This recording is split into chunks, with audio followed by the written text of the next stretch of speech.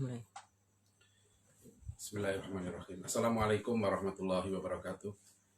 Alhamdulillah Bapak Ibu saudara sekalian, pagi hari ini kita bisa bertemu kembali. Kita mohon pada Allah, mudah-mudahan kita semua tetap mendapat perlindungan dari Allah dari berbagai macam musibah. Ya, Alhamdulillah kita tetap dalam iman, Islam, dan juga sehat walafiat. Kita juga diberi waktu oleh Allah untuk terus-menerus berusaha memperbaiki diri kita semua. Bapak Ibu saudara sekalian, alhamdulillah kita bisa masuk ke sesi yang keempat dari 27 seri kuliah pendidikan Islam dan pemikiran kontemporer.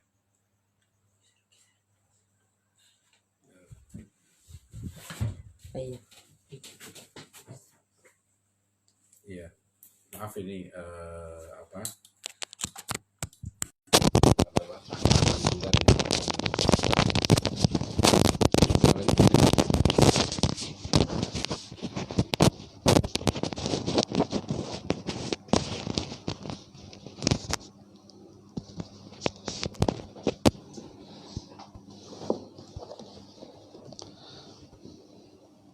Baik, kita lanjutkan ya. Bisa didengar? Baik. Suaranya? Oh ya, baik. Bapak Ibu saudara sekalian, pada sesi yang keempat ini kita akan membahas tema tentang makna pendidikan dalam surat Luqman ayat 12 sampai 19. Ya, ini ayat yang dalam dunia pendidikan Islam sangat sangat terkenal dan banyak biasanya dibaca juga di dalam sholat ya, karena ayat ini memang betul-betul memberikan contoh keteladanan ya, dan memberikan, bahkan menurut saya memberikan konsep pendidikan yang luar biasa. Ya, di sini dikisahkan bahwa seorang yang bijak ya, yang disebut dengan Al-Hakim, Luqman Al-Hakim. Maknanya adalah Luqman yang telah mendapatkan hikmah ya, walaqad ataina Luqmanal hikmah ya, anishkur lillah wa may yashkur fa innama yashkur li nafsihi wa man kafara fa innallaha ghaniyyun hamid. Itu ayat 12-nya ya. Allah telah memberikan kepada Luqman itu hikmah. Nah, inilah kuncinya, hikmah itu. Ada satu disertasi doktor di Harvard University yang ditulis oleh seorang dokter dari Turki, itu satu buku, saya terbitkan jadi satu buku ya, khusus membahas tentang makna hikmah ini. Dan ada disertasi juga di UIK Ibnu Khaldun itu, tapi baru ujian tertutup ya, juga membahas tentang makna hikmah ini. Jadi makanya kenapa orang banyak ada menggunakan nama hikmah ya kan, sekolah-sekolah Islam ada yang bernama sekolah Al-Hikmah ya, ada sekolah tinggi Al-Hikmah ya, ada Baitul Hikmah dan seterusnya. Karena hikmah ini seorang ulama terkenal ya mendefinisikan ya segala hal yang diberikan Allah ya kepada seorang ya, di mana dengan itu dia bisa terbebas dari segala bentuk kesalahan ya, segala jenis kesalahan ya, seperti Nabi Yusuf kan ya, ketika beranjak dewasa maka Allah berfirman atainahu hukman wa ilman ya, aku berikan kepada Yusuf itu hukman wa ilman ya, hikmah dan ilmu. Nah, ini para ahli tafsir ini sudah membahas tentang makna hikmah ini begitu luas. Nah, dalam ayat ini ya, Luqman itu digambarkan sebagai seorang tokoh pendidik ya, yang telah mendapatkan hikmah dari Allah. Maka nanti penting sekali ya, kita sebagai guru, sebagai orang tua, sebagai pendidik, itu harus betul-betul berdoa pada Allah untuk mendapatkan hikmah ini. Ya, karena hikmah inilah yang mampu membimbing kita gitu ya, untuk menerapkan ya konsep-konsep kita, keilmuan kita secara tepat ya, tidak salah. Nah, Bapak Ibu saudara sekalian ya, apa konsep tadi malam ya, kita sudah membahas tentang model kan, model pendidikan Islam itu sudah ada model yang baku, model idealnya itu baku. Apa itu? Ta'addabu tsumma ta'allamu. Beradablah kamu, kemudian berilmulah kamu.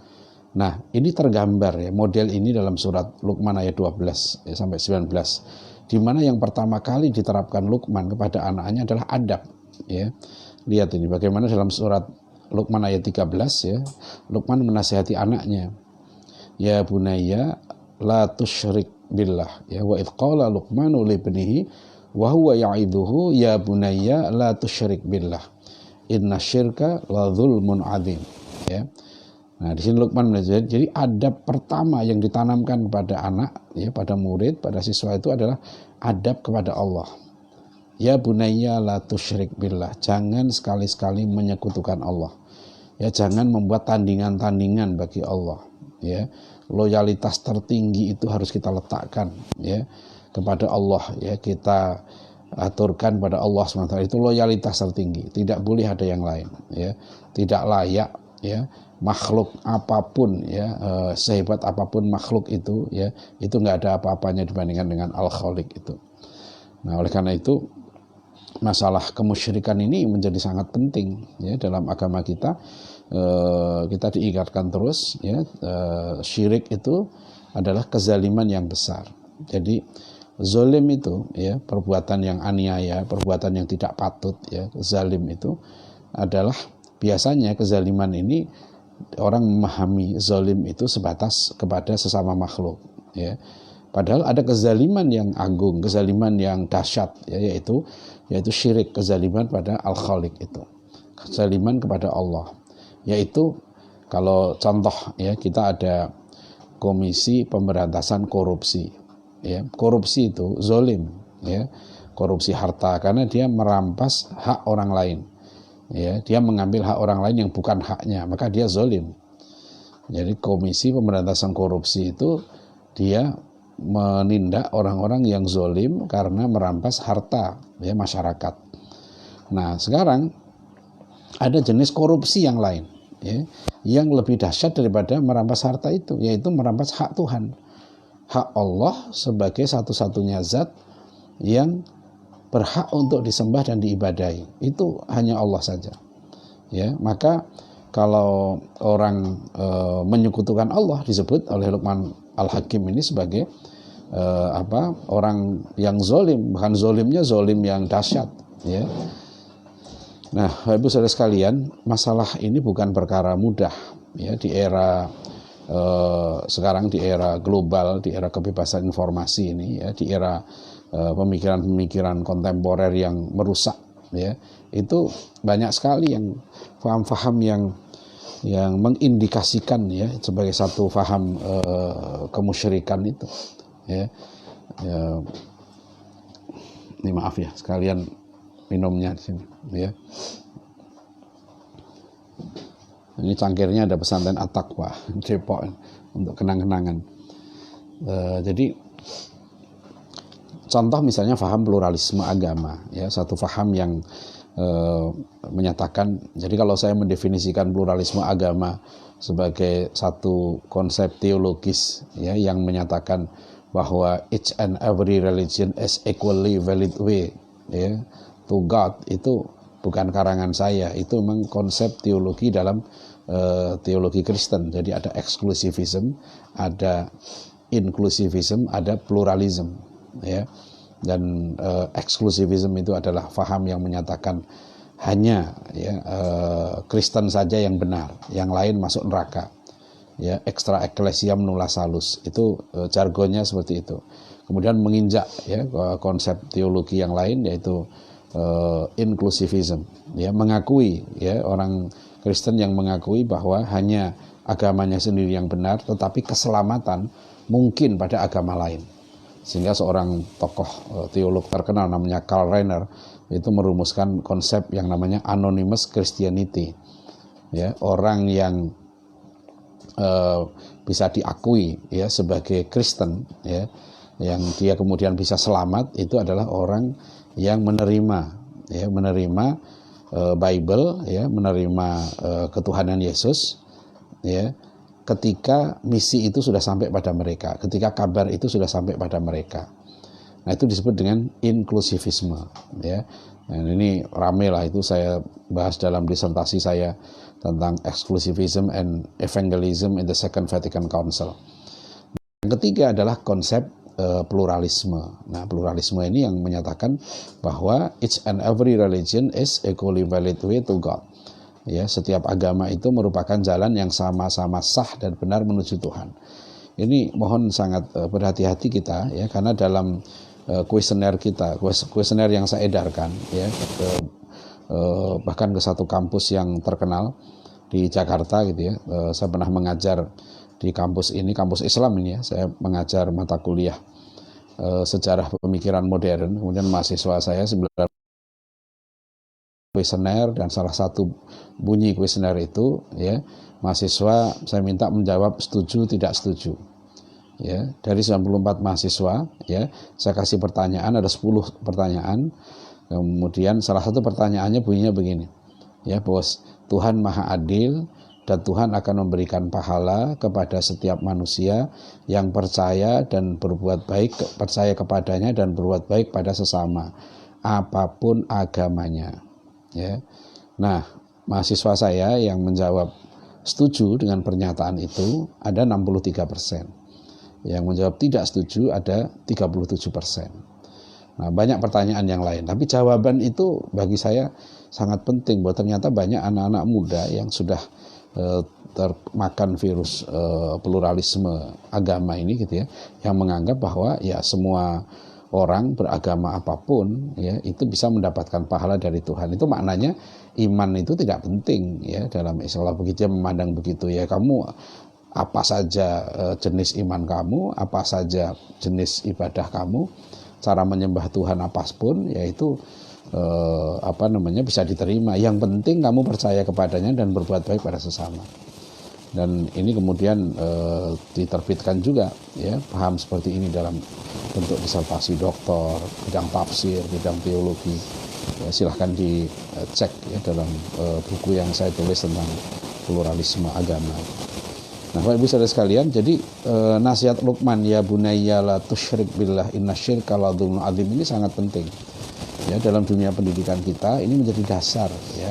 Makanya kalau di buku nanti akan kita bahas khusus ya di kuliah tentang pendidikan Islam ini, satu dalam buku 10 kuliah agama Islam ini yang pertama ya kita bahas dalam Islamic Worldview adalah mengapa saya menjadi muslim ya. Itu dulu, mengapa saya menjadi muslim ya, apa dasarnya saya menjadi muslim, apa keunikannya, kekhasannya, bahwa keyakinan kita inna dina indallahil Islam itu dasarnya apa ya, baik secara faktual ya, secara empiris maupun secara rasional maupun berdasarkan wahyu ya. Itu harus kuat betul ini, dasar tauhid ini ya. Dalam pendidikan kita ini dasarnya tauhid.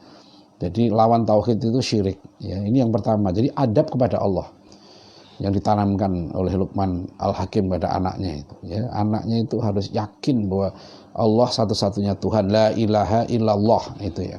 Bukan Tuhan yang lain. Itu harus tertanam betul. Ya bunayya la tusyrik billah inna syirka la dzulmun adzim. Sampai ya Rasulullah mengajarkan kita satu doa, Allahumma inni a'udzubika min an usyrika bika syai'an wa ana a'lamu wa a'udzubika min an usyrika bika syai'an wa ana la a'lamu. Ya Allah, aku mohon kepadamu ya Allah, hindarkanlah aku dari dosa syirik, baik yang aku tahu maupun aku tidak tahu. Ya, karena beliau khawatir sekali umat beliau ini ya, kita semua ini terkena dosa syirik kecil ya. Syirik kecil ini adalah ar-riya ya, riya. Jadi ya kita ini semua mudah-mudahan ya, seperti kita menyelenggarakan kuliah online begini, kuliah jarak jauh begini, peluang riyaknya luar biasa ya, karena godaannya sangat besar ya. Riya itu adalah ibadah yang sepatutnya ditujukan kepada Allah ya, tapi riya ini ditujukan ibadah itu kepada makhluk. Itu yang tidak patut, itu tidak beradab gitu ya. Loyalitas sepatutnya ibadah ini ikhlas kita persembahkan kepada Allah, mukhlishina lahuddin. Tapi kemudian nauzubillah ya, orang yang riya ya mendasarkan menujukan ya, mentargetkan supaya dirinya yang dipuji ya kan, supaya dia bisa dikatakan yang paling hebat dan seterusnya. Nah, ini godaannya besar sekali dan setan itu tahu. Mudah-mudahan kita berlindung pada Allah ya dari dosa syirik apapun ya, yang kecil apalagi yang besar. Nah, itu yang pertama ya, adab pada Allah. Nah, untuk beradab pada Allah, Bapak Ibu saudara sekalian, ya memang dalam surat Luqman ini tidak disebutkan ya adab kepada Rasul gitu. Tapi ini implisit ya. Sebab untuk kita bisa beradab kepada Allah, mau tidak mau kita harus beradab kepada Rasulullah. Itu makanya syahadat kita nggak bisa dipisah. Saya bersaksi tidak ada Tuhan selain Allah, dan saya bersaksi Muhammad itu utusan Allah.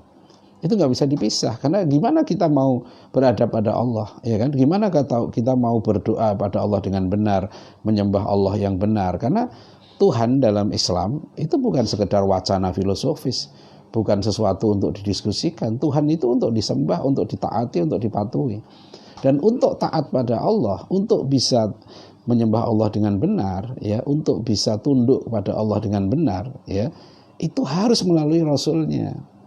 Dan Allah sudah mengutus utusannya yang terakhir itu, yaitu Nabi Muhammad SAW, sudah diberi mukjizat, ya, sesuatu yang melemahkan. Nah, mukjizat Rasulullah ini adalah mukjizat ilmi, yaitu Al-Quranul Karim. Itu mukjizat beliau yang terbesar. Bukti-buktinya nyata, gitu ya. Jadi kita beriman pada Rasulullah, ya. Maka dengan beriman pada Rasulullah itu kita beriman kepada Al-Quran, kan? Dengan itu kita bisa beradab pada Allah. Kita tahu, ya menghadap Allah itu ada caranya, kan, sampai cara kita toharoh, berwudu, ya kan, menyiapkan secara zohir kita, fisik kita, materi kita, hati kita, batin kita, itu ada tata caranya. Itulah adab, ya. Sampai waktu kita sholat pun ada adabnya, dan itu semua baru bisa, ya, kita beradab pada Allah kalau kita beradab kepada Rasulullah SAW, ya, mengakui beliau sebagai utusan Allah yang terakhir, ya, jangan mengatakan ada nabi yang lain setelah beliau, ya, itu tidak beradab pada Rasulullah, ya. La nabi ya ba'di, ya, la rasul la ba'di, kata Rasulullah, tidak ada lagi nabi dan rasul sesudah aku ini, ya. Jadi Rasulullah itu yang menegaskan, ya, kalau ada nabi lagi itu bohong, ya. Kemudian jangan ada makhluk manapun gitu yang kita letakkan lebih tinggi dari Rasulullah sebagai contoh, sebagai suri tauladan. Jangan ada dalam hati kita terbersit gitu ya, ada konsep lain, ada ajaran lain yang lebih hebat dari ajaran Rasulullah SAW. Ya, itu tidak beradab loh pada Rasul. Jadi kalau kita nggak beradab pada Rasul, kita nggak bisa beradab kepada Allah. Nah, untuk beradab pada Rasul, kita harus beradab kepada pewaris Rasul, pewaris Nabi. Siapa pewaris Nabi itu? Adalah ulama. Ya, ulama itu dari zaman sahabat Rasulullah, ya kan? Kita menerima Al-Quranul Karim ini, ya, 30 juz ini dari siapa? Dari para sahabat Rasulullah. Maka kita harus beradab pada para sahabat. Jangan mencaci maki sahabat, jangan mencaci maki Abu Bakar As-Siddiq, jangan caci maki Umar bin Khattab, ya kan? Jangan caci maki Utsman bin Affan. Jangan caci maki istri-istri Rasulullah, terutama Aisyah, ya, radhiyallahu anha, yang kadang-kala oleh sebagian kalangan, ya, dijadikan bahan celaan, ya. Jangan caci maki mereka. Nah, inilah paham Ahlussunnah wal Jamaah, itu sangat adil menempatkan sahabat Rasulullah. Setelah itu kita tahu adab, kan, setelah sahabat siapa? Murid-murid para sahabat itu, yaitu para tabi'in, para tabi'in sampai kepada para ulama. Maka adab kepada ulama itu sangat penting, ya. Ini dalam pendidikan kita nanti, dalam dunia pendidikan kita, itu harus dikenalkan. Tadi malam saya mencontohkan, jangan sampai, ya, anak-anak kita itu nggak kenal siapa Kiai Haji Hasyim Asy'ari, siapa Kiai Ahmad Dahlan, ya, siapa Syekh Nuruddin Araniri, Nawawi Al-Bantani, ya kan, Muhammad Natsir, Buya Hamka, dan tokoh-tokoh ulama-ulama yang hebat, yang telah berjuang, ya, mempertaruhkan jiwa, raga, harta, bahkan kehidupan mereka, gitu ya. Mereka datang dari, banyak ulama dulu datang dari Timur Tengah pergi ke negeri kita ini, gitu kan. Akhirnya menyebarkan Islam, ya, dengan tujuan yang satu, yaitu bagaimana mengislamkan negeri Nusantara ini. Coba bayangkan negeri Nusantara ini, ya, negeri seluas ini, seberagam ini, gitu ya, dan terpecah-pecah dalam berbagai pulau, itu bisa disatukan menjadi satu agama, ya, dan satu bahasa. Ini pekerjaan yang luar biasa, ya, prestasi dakwah yang luar biasa tanpa dukungan tentara.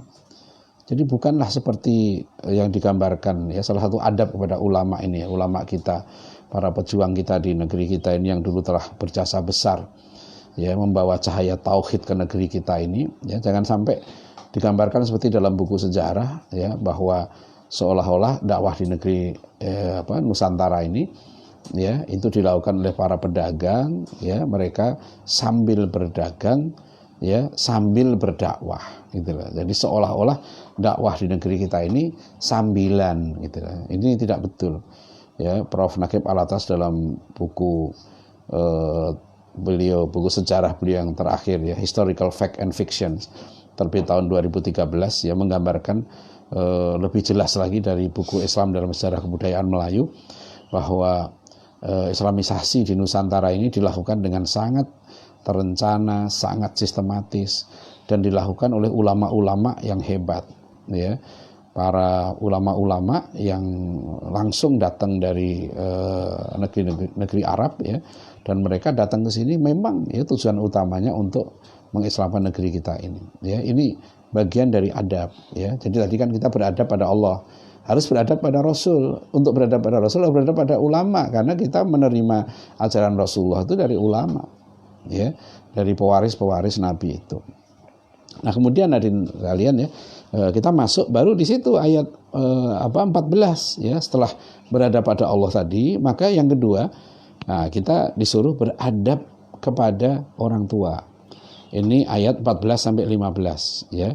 Wa wasainal insana biwalidayhi hamalatsu ummuhu wahnan ala wahnin wa fisaluhu fi amaini anishkurli wali walidaik ilayyal masir. Ya, jadi dipesankan ya kepada al-insan, kepada kita semua ini ya, ini bukan hanya kepada orang Islam ya, kepada semua manusia ini harus ya berbuat baik pada orang tuanya. Ini penting ya, karena kita sekarang berhadapan dengan satu sistem modern gitu ya, yang di dunia barat itu tidak ada kewajiban anak untuk taat pada orang tua setelah anaknya itu dewasa. Orang tua tidak punya lagi kedaulatan terhadap anaknya. Anak sudah punya personal right, punya hak asasi. Dia merasa berhak mengatur dirinya, dan tidak boleh bahkan orang tuanya ya mengatur privasinya. Nah itu tidak ada dalam konsep Islam seperti itu. Ini perlu berhati-hati karena tantangannya berat ya dalam mendidik anak ini. Ya, bahkan disebutkan dalam ayat 15-nya kan, wa in jahadaka ala an tusyrika bi ma laisa laka bi ilmun fala tuti'huma wa sahibhuma fid dunya ma'rufa ya wattabi sabila man anaba ilayya thumma ilayya marji'ukum fa unabbi'ukum bima kuntum ta'malun ya. Sampai ya, bayangkan ini ajaran yang sangat mulia dari Al-Qur'an ya. Sampai andekan orang tuamu itu ya kan nyuruh kamu untuk menyekutukan Allah ya, untuk membangkang kepada Allah, membuat tandingan-tandingan bagi Allah ya, fala tuti'huma ya, jangan ikuti mereka.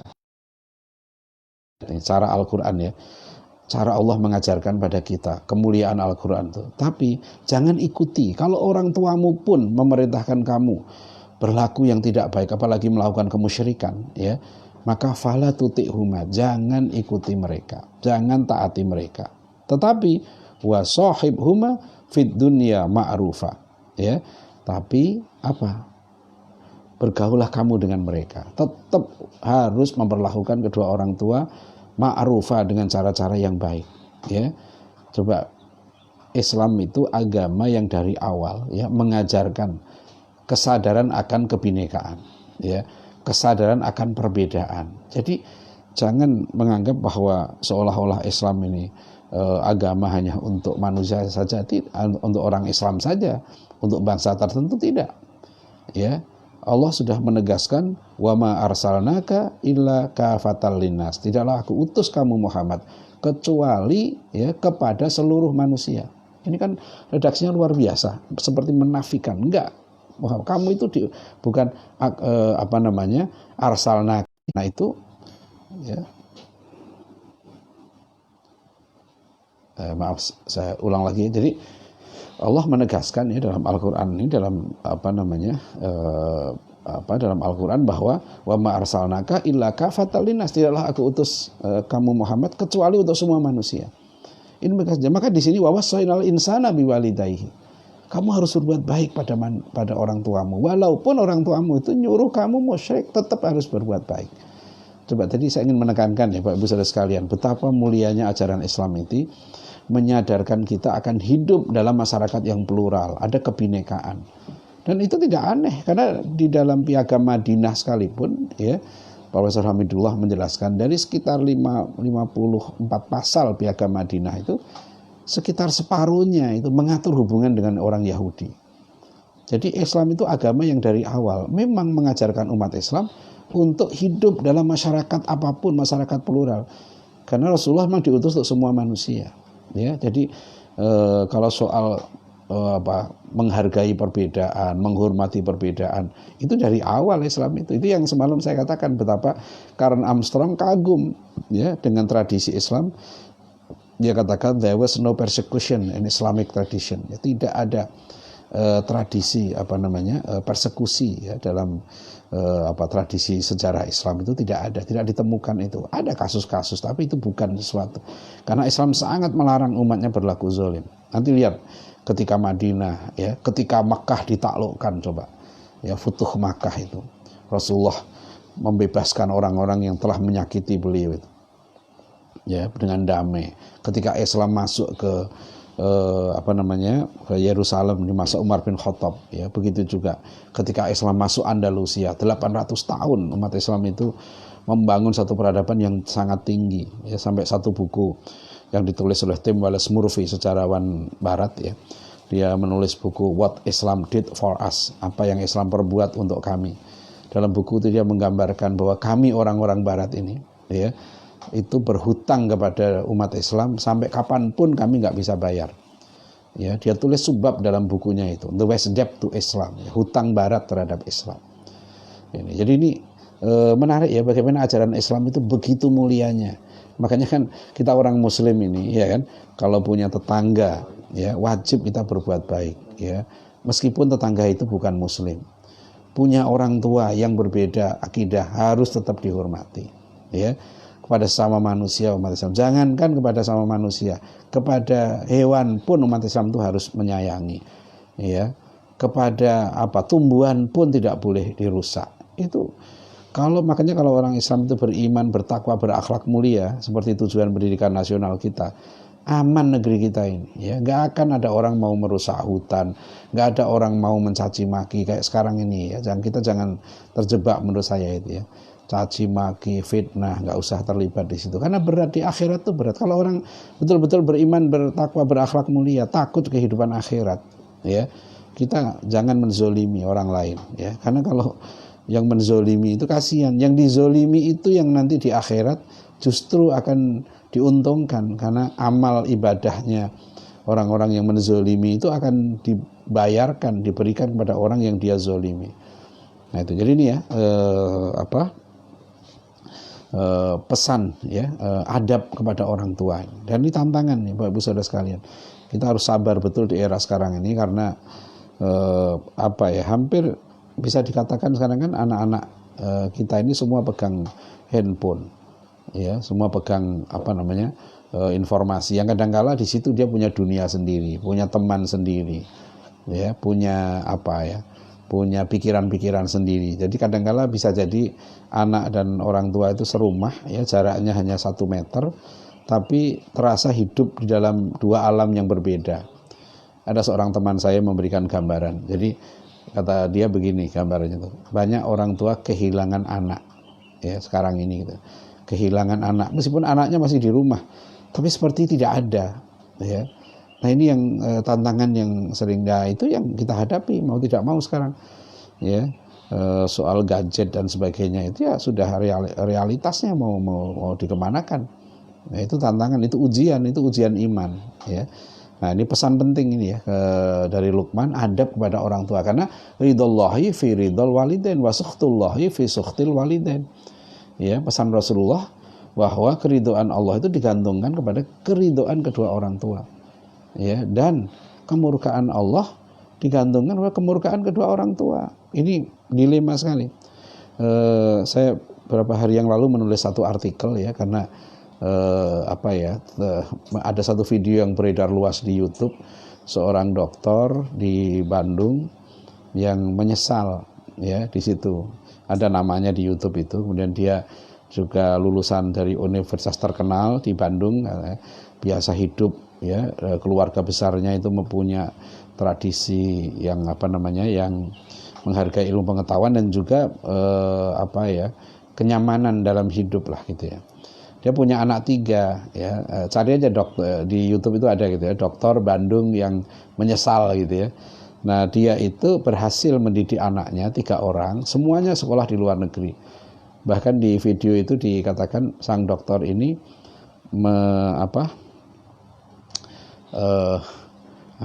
menulis buku, ya, berkiat untuk bisa menyekolahkan anak di luar negeri. Dan dia cerita di situ sering diundang seminar, kan ya, untuk mengisi kiat-kiat sukses menyekolahkan anak di luar negeri. Nah, dia akhirnya cara dia itu ditiru oleh banyak orang.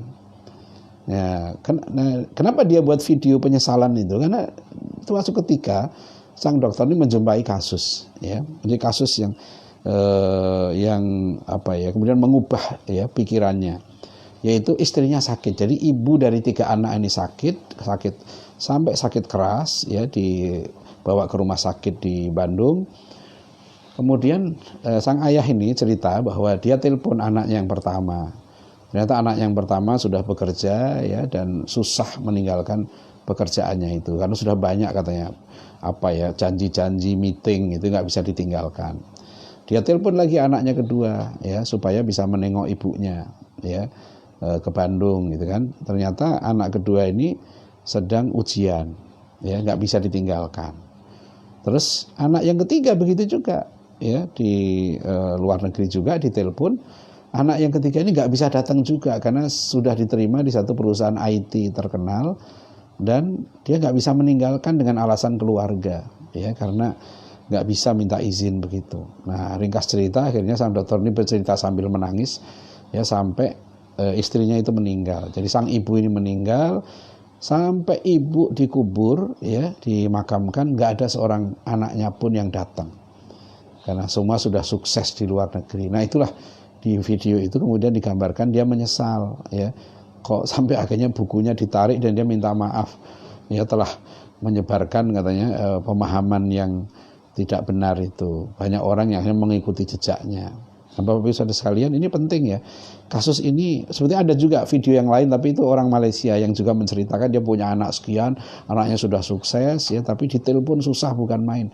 Ketika dia minta tolong, ya, untuk membawakan barang-barangnya ketika dia datang ke bandara, itu pun nggak ada yang bisa menolong dia, anak-anaknya itu, karena semua sudah sibuk dengan urusan masing-masing. Ini problem keluarga modern. Dan jadi ini kita diingatkan betul dengan kisah Luqman, ya, bagaimana pendidikan itu, ya, harus tetap mengutamakan adab dan akhlakul karimah ini, ya. Nah, pada orang tua. Jadi kisah seperti ini banyak, ya, saya menjumpai beberapa kasus gitu, ya. Itu juga tantangan bagi kita yang, ya, kita juga punya orang tua atau untuk anak-anak kita juga supaya tetap menjaga, ya, adab kepada orang tua itu harus diutamakan, ya. Saya pernah ada seorang senior saya, aktivis dakwah lah gitu, ya. Beliau kemudian umurnya hampir 70 tahun dalam keadaan sakit dan punya anak yang juga bisa dikatakan sukses secara pendidikan. Anak-anaknya kuliah di kampus-kampus terkenal. Ya, semua problemnya begitu, akhirnya sibuk. Dan saat ada satu anak yang mau menikah gitu kan, akhirnya saya sampaikan ke anaknya ini, ya, sudahlah, gimana Pak, saya ini kan harus menyiapkan pernikahan saya harus juga bekerja, tapi sekarang yang setiap hari bisa nungguin ayah ini cuma saya gitu, ya. Nah, saya bilang ini kesempatan kamu. Kalau saya bilang soal bekerja, insya Allah nanti ada kesempatan yang lain, ya. Tapi kesempatan berbakti pada orang tua, ya, ini gitu, ya. Ya, ini penting, ya, karena ayat ini betul-betul sangat relevan dengan kondisi kita sekarang ini. Ya, itu, ya, Bapak Ibu sekalian, ya.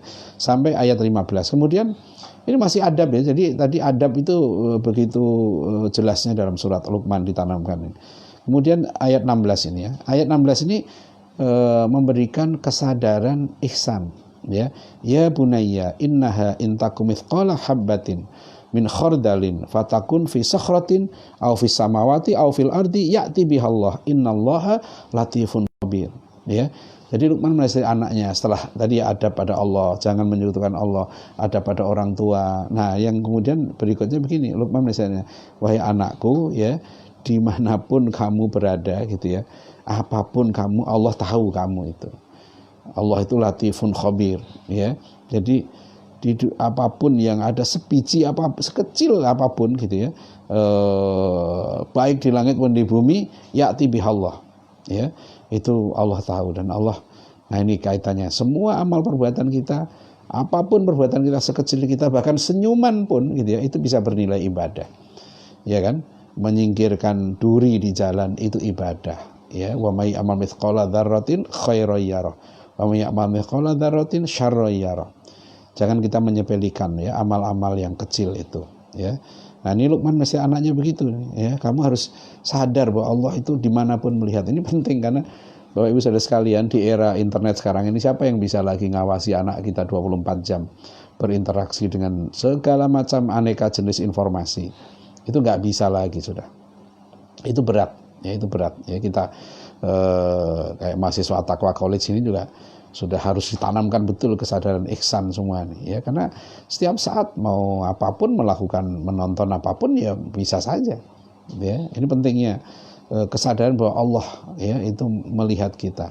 Itu yang makanya iman, Islam, ihsan, ya. Nah, itu ihsan ini kan apa, anta budallaha ka'annaka tarahu fa illam takun tarahu fa innahu yaraka. Kamu beribadah pada Allah seolah-olah kamu melihat Allah. Fa illam takun tarahu, jika kamu nggak bisa melihat Allah, ya, ya, fa innahu yaraka, sungguhnya Allah itu melihat kamu. Kesadaran ini sangat penting, ya. Betapa banyak, gitu ya, karena dunia informasi ini membawa kepada hal-hal yang buruk, ya. Kita lihat kasus-kasus pembunuhan, ya, ada kasus remaja membunuh anak, ya, itu juga karena tontonan. Ada kasus orang yang memperkosa anak-anak kecil, memperkosa, itu teman-temannya itu juga begitu, karena kasus tayangan-tayangan ini, ya.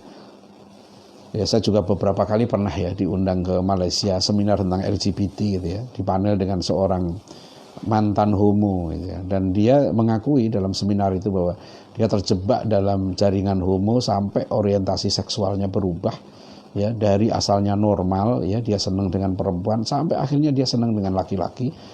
Itu karena dia terjebak dengan jaringan homo, ya. Waktu dia konflik dengan ayahnya, dia kemudian benci dengan ayahnya, kemudian dia haus kasih sayang ayah itu, dia buka internet di kamarnya, terhubung dengan jaringan komunitas homo itu, dan akhirnya kata dia terjerumus di situ, ya, bertahun-tahun, dia sejak SMA malah dia terkena itu.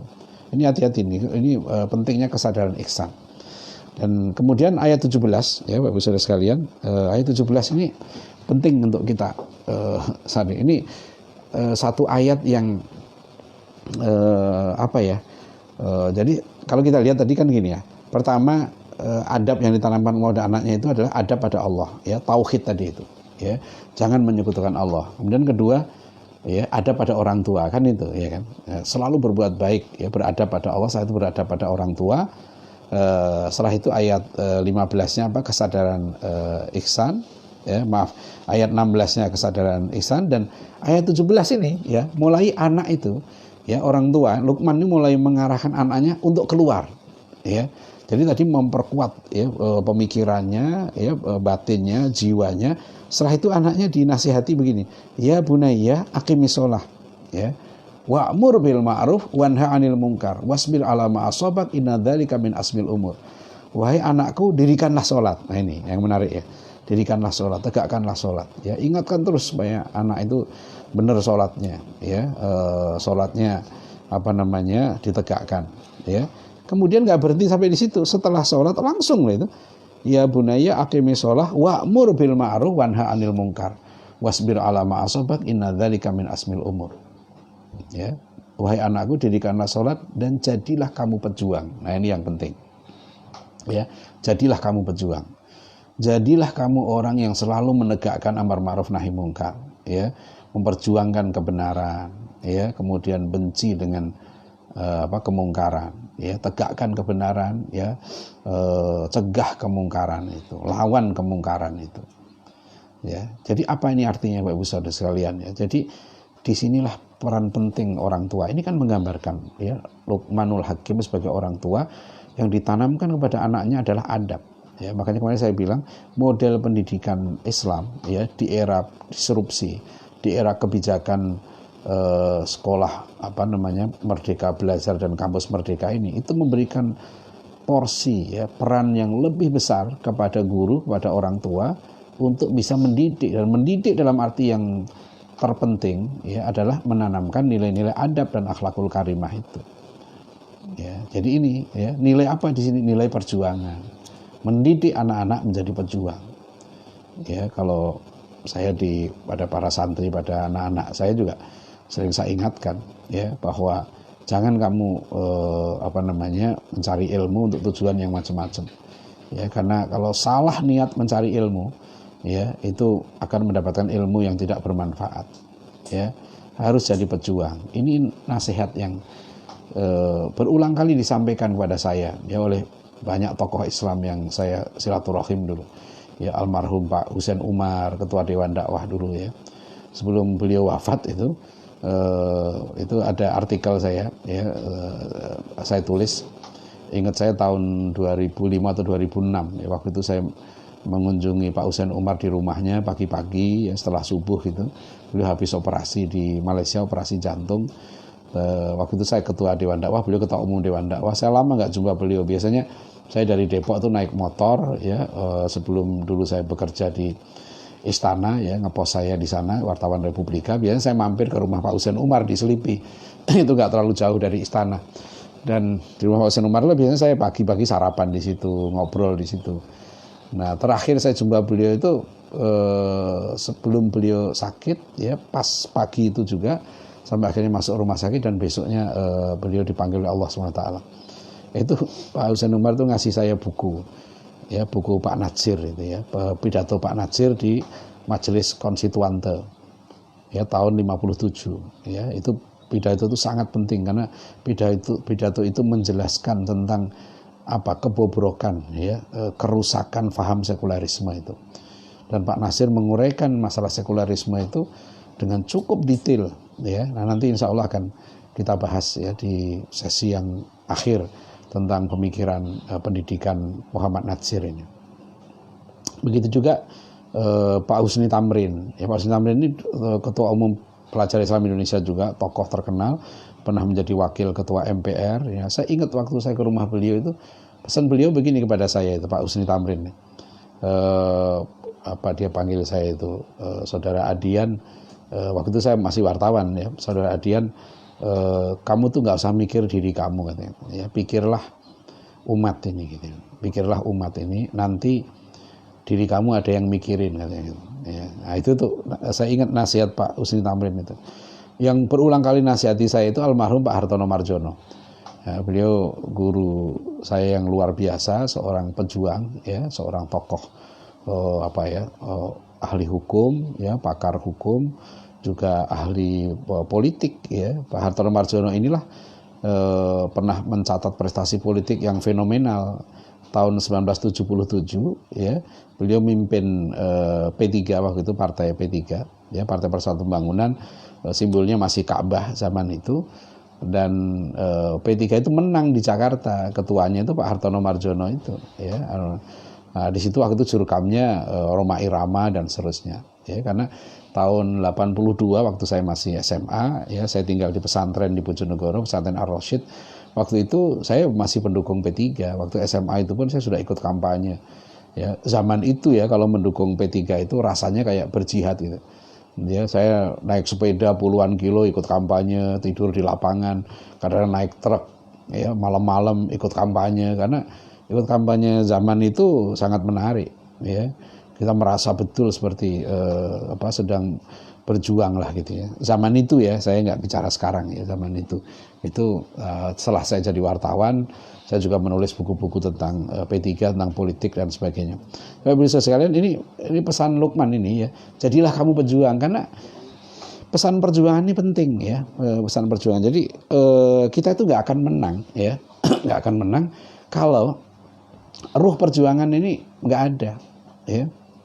Ada satu sekolah terkenal ya, sekolah Islam terkenal. Saya diskusi dengan pengurus yayasannya. Kemudian sang pengurus yayasan ini begini, ini sekolah ini luar biasa. Menurut saya ya, salah satu pelopor sekolah Islam terbaik itu sekolah yang beberapa kali saya kunjungi ini. Kemudian suatu ketika kami berbincang dengan pengurus yayasannya, dan pengurus yayasan bilang begini, mengapa ya Pak Dian ya, anak-anak kami ini setelah lulus dari sekolah ini gitu ya, kita sudah didik dia bertahun-tahun di sini. Setelah dia kuliah dan seterusnya, kok sepertinya banyak yang kemudian hilang itu nilai-nilainya itu, nilai-nilai Islamnya itu ya. Apa yang menyebabkan itu? Kemudian ke beliau saya coba, mungkin Pak, coba kita renungkan ya surat Luqman ayat 17 ini ya. Kenapa sekolah kita rame ya, pondok kita rame, pendidikan Islam itu sampai ada yang mau bayar mahal karena mendapatkan kepercayaan dari masyarakat yang tinggi ya. Ada sekolah Islam setahu saya yang saya berkunjung dan termahal gitu ya, uang masuknya mencapai 135 juta. Tapi ada juga yang saya dengar ada yang mencapai 150 juta uang masuknya saja itu. Ada yang bulanannya saya dengar sekarang ada yang mencapai 8 juta sebulan. Ya, itu untuk tingkatan SMP ya. Nah, tentu ini bukan ini kepercayaan dari masyarakat. Oh, masyarakat ada yang mau bayar, mungkin bagi sebagian orang uang segitu kecil ya kan. Kalau bagi banyak orang itu besar ya. Karena saya ditanya, "Kenapa sekolah Islam yang bagus itu mahal?" Saya bilang itu bukan mahal, masalahnya kan karena kita nggak bisa bayar gitu ya. Ya kalau di At-Taqwa ini ya wajar, tapi kalau nggak mampu bayar tapi anaknya memang layak ya, insya Allah kita terima ya, mengajukan aja surat permohonan pengurangan, karena kita pendidikan itu pada hakikatnya bukan bisnis. Tapi kalau orang bayar mahal, kalau memang mampu ya nggak apa-apa, bagus ya, supaya uang itu insya Allah akan digunakan dengan baik ya. Bagi sebagian orang miliaran rupiah nggak masalah, bagi sebagian orang ya, sekali lagi gitu ya. Ya, tapi juga saya bilang jangan salah gitu ya, jangan nganggap bahwa pendidikan yang baik itu yang mahal. Sebenarnya itu yang salah, persepsi itu ya, bahwa kalau sekolahnya mahal itu yang bagus ya. Tentu dengan mahal itu biasanya sarana prasarana itu bisa lebih lengkap ya, tapi peran sarana prasarana dalam pendidikan itu kecil ya pengaruhnya. Yang paling besar itu faktor guru, kualitas guru itu. Ibu-ibu sekalian akan menolong kamu. Dan penting ini ya, jadi ayat surat Al-Luqman 17 ini mohon, apalagi kita yang di dunia pendidikan ya, dari rumah kita itulah anak-anak kita sudah harus ditanamkan ya nilai-nilai perjuangan ini. Ya, jadilah kamu pejuang itu ya, karena itu pejuang itulah yang rizkinya dijamin oleh Allah. Jika kamu menolong agama Allah, kamu akan ditolong oleh Allah. Ini janji Allah ya, jangan ragu. Ya, jadi jangan misalnya lulusan pesantren gitu, lulusan perguruan tinggi Islam gitu ya, itu harus cita-citanya itu berjuang, dan berjuang itu dalam bahasa para ulama itu mengajarkan ilmunya itu. Ya, lihat di YouTube ada pidato singkat ya, potongan pidato singkat Kiai Haji Imam Zarkasi ya, yang sangat penting. Kiai Haji Imam Zarkasi di situ menyatakan ya kepada para santrinya ya, aku akan didik kalian gitu ya menjadi orang-orang besar ya, orang-orang besar beliau katakan. Tapi jangan dikira orang besar itu menteri, pengusaha atau pejabat, bukan itu ya. Orang besar ya, kata Kiai Haji Imam Zarkasi ya, salah satu pendiri pesantren Gontor ini, yang beliau sebut sebagai orang besar itu orang yang mengajarkan ilmunya. Kamu lulusan santri Gontor ini gitu kan, pergi ke pelosok-pelosok, ke pucuk-pucuk gunung, ke tempat-tempat terpencil ya, ajarkan ilmu. Nah, itu berjuang. Itu berjuang. Ibu hadirin sekalian ya, saya suatu ketika merenungkan ya kata-kata Profesor Wan Muhammad Nur karena saya sering mengikuti perjalanan beliau mengisi di berbagai tempat di Indonesia. Suatu saat beliau menyampaikan begini, itu saya renungkan betul. Beliau mengatakan, kita di Nusantara ini gitu ya, dijajah ratusan tahun tapi hampir tidak kita jumpai gitu ya. Ada orang-orang Muslim yang keluar dari agama Islam secara massal, ya kan? Ratusan tahun dijajah, penjajahnya kafir, penguasanya kafir, ya. Kemudian politik, ekonomi, militer di tangan orang kafir, ya. Tetapi yang unik ya, mayoritas penduduk di negeri Muslim ini ya, Nusantara ini tidak beralih agamanya keluar dari agama Islam, tidak, tetap menjadi Muslim, ya. Nah, kalau saya renungkan inilah jasa para ulama kita. Jadi ketika ulama dan umaro, dua pilar ya, tegaknya masyarakat harusnya ini sama-sama baik, tapi satu ketika umaro ini tidak baik gitu ya. Bahkan kadang-kadang umaro ini zolim. Ini pernah terjadi. Bahkan di masa kekhalifahan Islam pun terjadi itu. Di masa Al-Ma'mun ya, dipaksa orang-orang untuk ikut Mu'tazilah, ulama-ulama untuk ikut Mu'tazilah. Tapi masyarakat tidak ikut Mu'tazilah. Kenapa? Karena ulama-ulamanya kokoh menjaga akidah, menjaga akhlak umat. Ya, melalui apa? Melalui pendidikan. Ya, pendidikan itulah yang kemudian menanamkan akidah, ya, menanamkan akidah Islam, menanamkan akhlakul karimah tadi itu, nilai-nilai akhlak itu, sehingga umat kita terjaga. Contoh di Jakarta ya, di Jakarta ini menarik kan, bagaimana gubernurnya ratusan tahun bukan Islam, tapi di madrasah ini ada ulama-ulama yang menjaga umat itu. Ada madrasah-madrasah di Jakarta, maka kita kenal ada madrasah Asy-Syafi'iyah, ada madrasah At-Tahiriyah, ada madrasah sekarang ada Jamiat Khair ya, ada madrasah Guru Mansur, ada madrasah dulu Guru Mughni ya di Kuningan, ada madrasah Guru Marzuki di Klender, dan jaringan para ulama Betawi ini ya, itu yang kemudian melahirkan ustadz-ustadz ya, guru-guru. Maka kalau kita lihat di gang-gang di Jakarta ada gang Haji Babing, gang Haji Muin, gang Haji macam-macam gitu kan. Nah, itu dulu ustadz-ustadz kampung itu yang menjaga umat itu ya. Jadi apa yang sekarang penting dalam dunia pendidikan kita ya, itu pendidikan kita akan rusak ya, dan umat akan kalah dalam kehidupan kalau ya dari lembaga pendidikan kita, dari keluarga, dari masjid kita, dari sekolah kita, dari pesantren kita tidak lahir para pejuang ya, tapi justru melahirkan orang-orang yang pragmatis. Jadi kalau tujuan akhirnya orang-orang yang cari dunia, kalau penyakit hubud dunia merajalela, maka itu musibah. Ya, pendidikan kita harus dikoreksi. Karena di dalam surat Luqman ayat 17 ini diingatkan, ya bunayya la tusyrik billah, maaf ya bunayya aqimis shalah wa'mur bil ma'ruf wanha 'anil munkar wasbir 'ala ma asabak inna dzalika min asmil umur. Jadi lembaga-lembaga pendidikan kita harus ya memproyeksikan ya anak didiknya menjadi orang-orang pejuang, menjadi orang-orang baik. Ya. Kata Kiai Haji Imam Zarkasi di buku yang kumpulan nasihat-nasihat beliau itu kan dikatakan, ya kalau orang tidak punya jiwa perjuangan, ya dia tidak berjuang itu, dia sudah mati sebelum hidup. Ya, makanya Kiai Imam Zarkasi itu marah ketika seorang santrinya yang sudah lulus ditanya, "Kamu sudah mengajar?"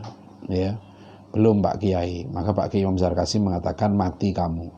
Ya, mati kamu. Ya, jadi itu tidak aneh. Ya, saya punya kakek, punya paman yang dari pesantren dulu tuh, sampai meninggalnya pekerjaannya itu ya pagi ke pasar, sore pulang, malam ngajar ngaji, sampai mati itu. Karena mereka ini orang-orang pesantren dulu takut kalau dapat ilmu tidak diajarkan. Kalau bekerja silahkan bekerja, berdaganglah, jadi tukang, jadi apa itu. Tapi ilmu yang didapat oleh kiainya itu ya, menyampaikan kebaikan kepada masyarakat ya, itu nggak boleh tidak diajarkan. Jadi terus harus mengajar. Mengajar itu berjuang, itu berjihad fisabilillah. Karena man kharaja fi thalabil ilmi fahuwa fi sabilillah hatta yarji'a. Siapa yang keluar rumah untuk mencari ilmu, dia sedang berjihad di jalan Allah.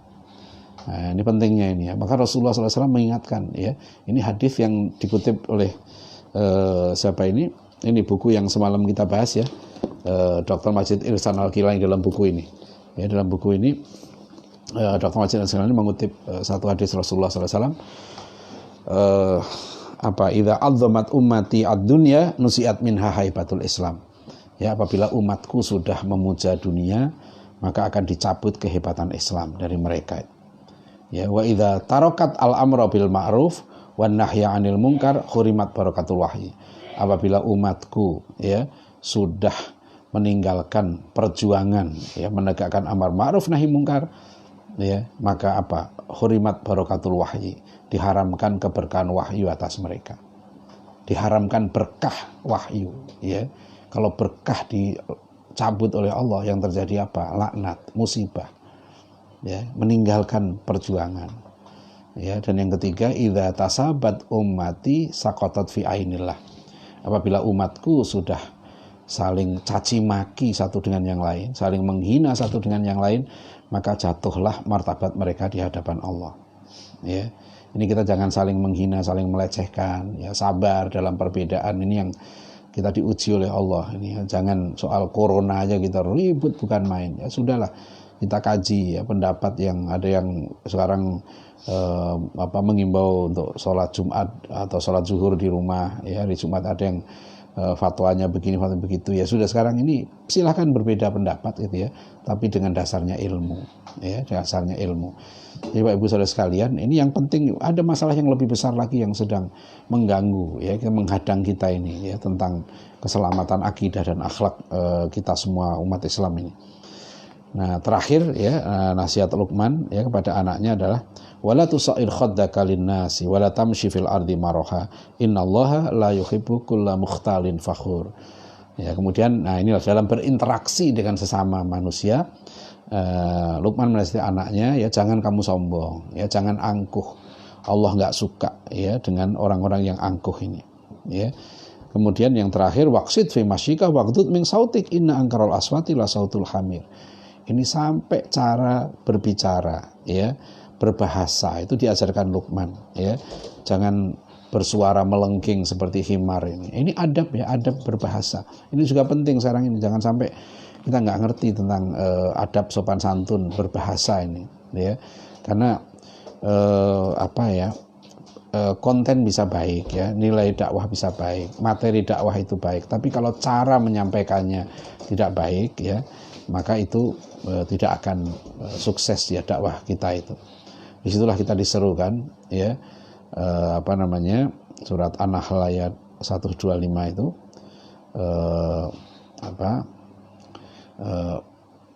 bil hikmah wal mau'izatil hasanah wajadilhum billati hiya ahsan. Ud'u ila sabili rabbika bil hikmah. Ya, serulah manusia ya, ini dalam rangka pendidikan di dakwah ini kan, serulah manusia, dakwailah manusia itu dengan apa? Bil hikmah ya, dengan hikmah. Wal mau'izatil hasanah ya, dengan nasihat-nasihat yang baik. Wajadilhum billati hiya ahsan. Ya, dan berdebatlah kamu dengan cara yang lebih baik lagi. Kalau ada yang nggak setuju dengan kita, ya harus berdebat dengan cara yang baik ya.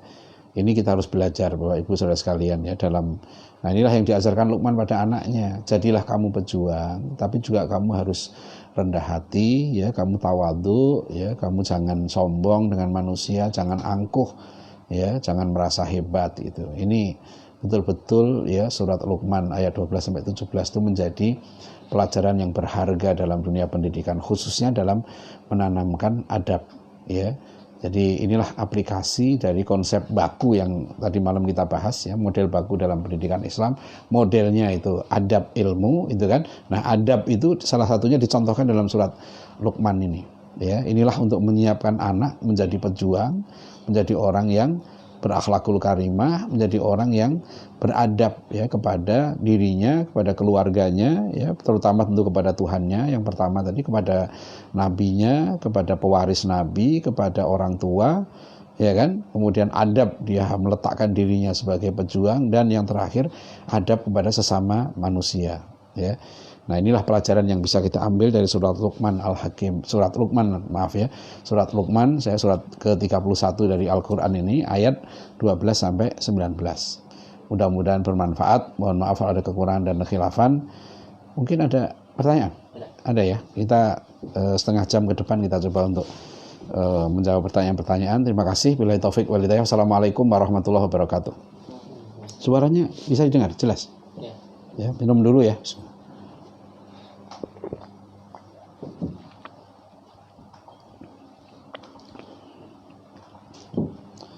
Silakan baca. Pertanyaan pertama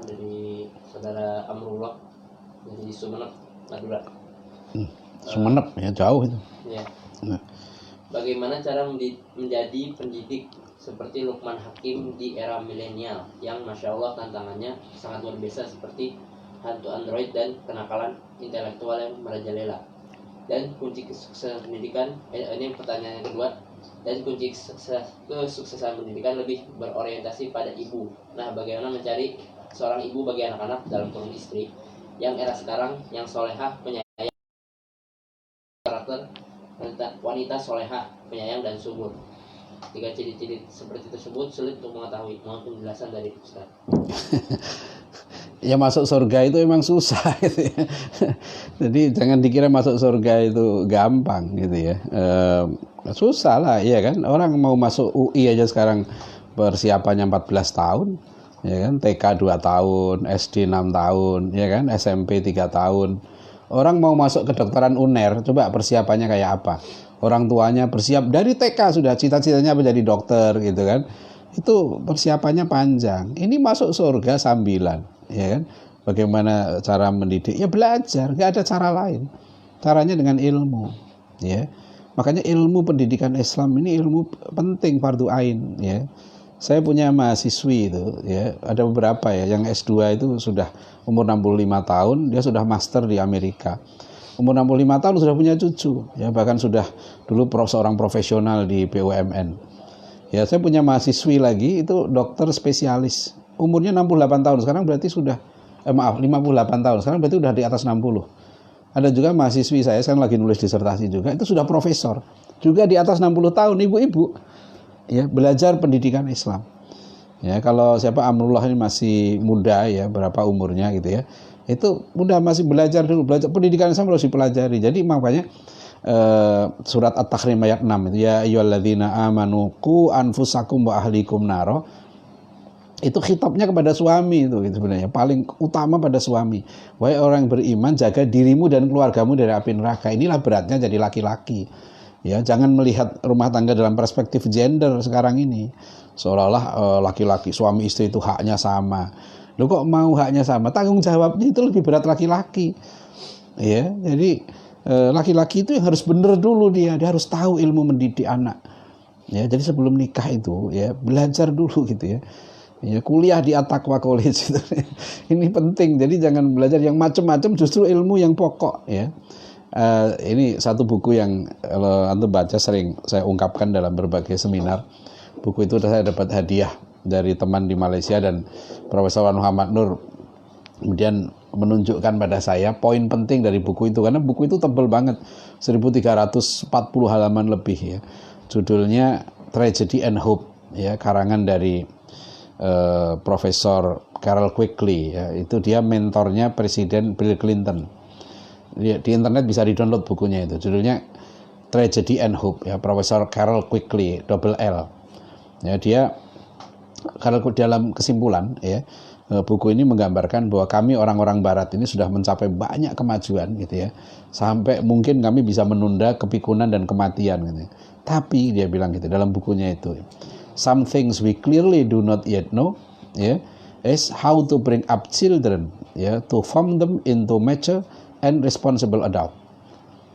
Jadi kata Profesor Carroll Quigley ini, kami bangsa barat ini sudah mencapai banyak sekali kemajuan di berbagai bidang, tapi satu yang kami betul-betul tidak tahu, dia bilang. We clearly do not yet know. Yang kami tidak tahu apa? Ya, bagaimana mendidik anak-anak kami menjadi orang tua yang baik dan bertanggung jawab.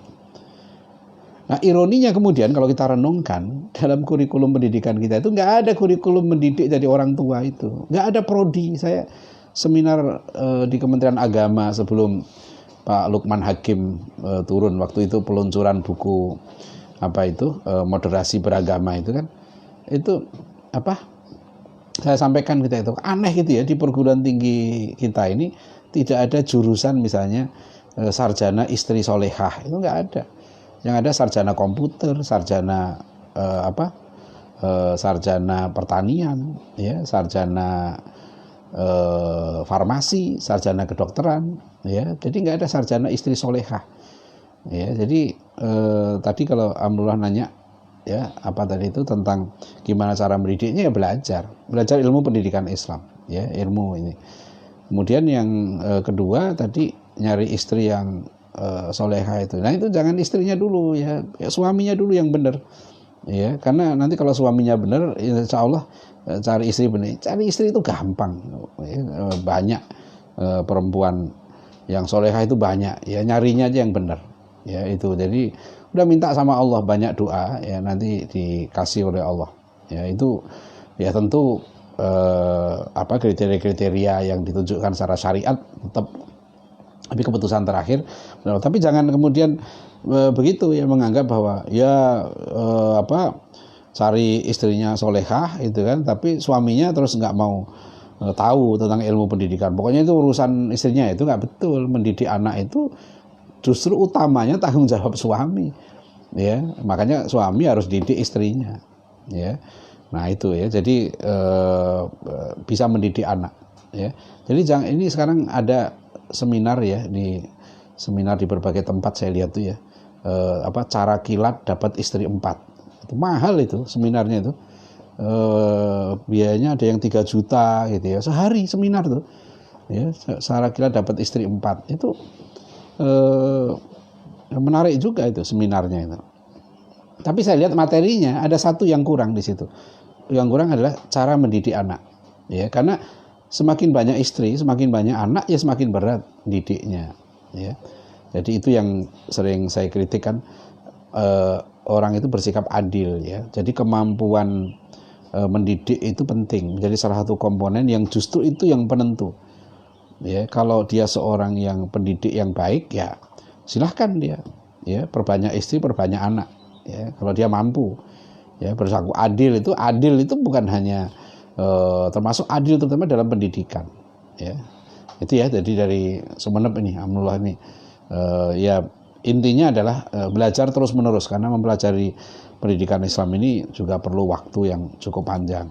Ya, terus Haris apa lagi? Dari saudara Muhammad Farid Imansyah dari Jakarta. Ingin bertanya terkait sholat, bagaimana cara kita mendidik manusia untuk menikmati sholat, karena pada zaman ini banyak yang menganggap sholat dan ibadah yang lain sebagai beban, padahal seharusnya ibadah itu dinikmati sebagaimana para salafus sholih terdahulu. Mohon bimbingannya Ustaz. Ya, sholat ini kan ibadah terpenting ya, yang pertama akan ditanya di akhirat. Makanya ya pertama kalau kita mau sholatnya benar ya 2 aspek. Sholat ini kan lahir batin. Secara lahir kita juga harus menguasai ilmunya, itu ilmu fikihnya. Syarat rukunnya kita harus kuasai, karena itu tata cara yang ditunjukkan oleh Allah ya, melalui Rasulnya. Kita diajari dari wudunya yang benar ya, kemudian toharohnya yang benar ya, kemudian cara sholat yang benar ya.